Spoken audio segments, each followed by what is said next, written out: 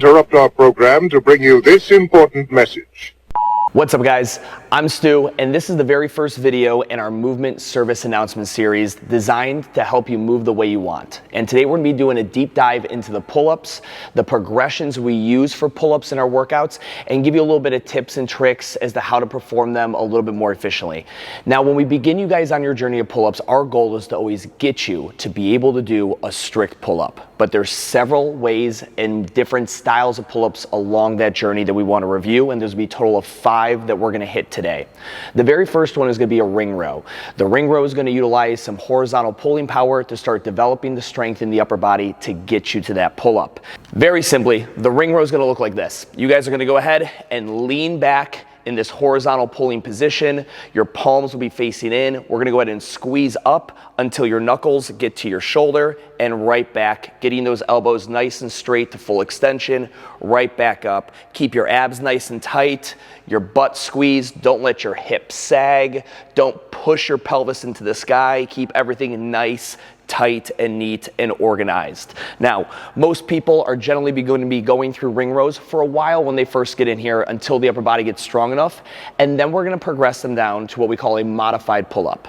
That modified pull-up is a seated pull-up underneath the low rings. You're going to go ahead, get your butt to the floor, and pull your heels in towards your butt.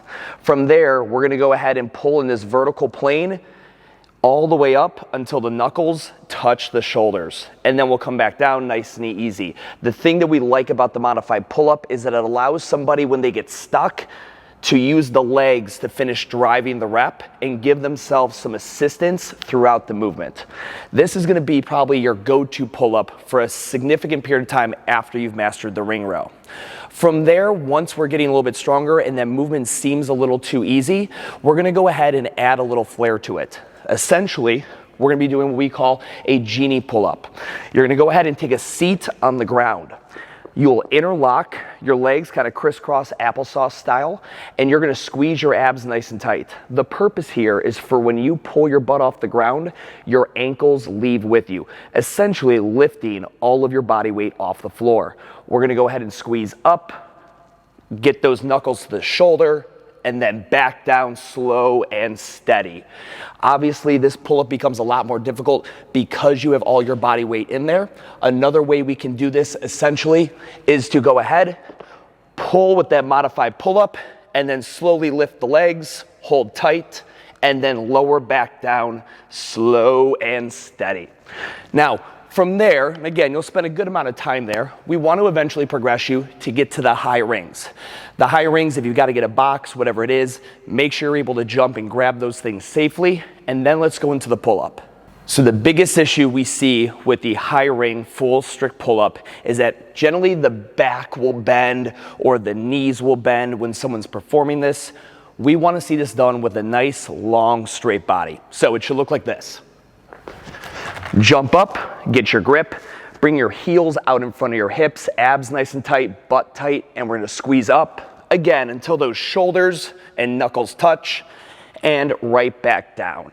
You wanna keep those legs and your entire body in a nice long line so that there is no bending at the knee or arching of the back as you perform this movement. Now, while that strict high ring pull-up is the pinnacle for most people, there is another version of the pull-up in our progression that we utilize here at Urban Movement that is even more challenging. So once you've gotten there, there's still plenty to work towards, and that's gonna be going back to the low rings. Now, we'll be going to the low rings and very much like that Genie Pullup, utilizing all of our body weight, but we'll be doing so by creating an L and closing off the hip. It'll look like this. You'll take a seat to the bottom of the floor and you'll bring your legs straight out in front of you. I want your abs nice and tight. I want your legs locked out and your toes pointing off into the distance. We're gonna go ahead and engage the pulling position, and when we do, the goal is to get your butt and your heels off the ground at the same time. You'll go ahead and squeeze up, get the shoulders and that knuckle to touch, and right back down, nice and slow and steady. As you go through this, you wanna make sure not to leave those heels down below. Make sure that L maintains, your thighs are locked out, shoulders and knuckles touch, and you're right back to the floor. Rinse and repeat.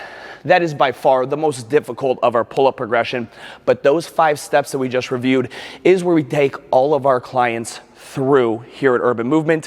Wherever you fall in that spectrum, stay there, practice, have patience. If you ever have questions on whether you're doing it correctly or how to progress faster on your pull-ups, make sure to let a coach know, and we'll see you guys in class.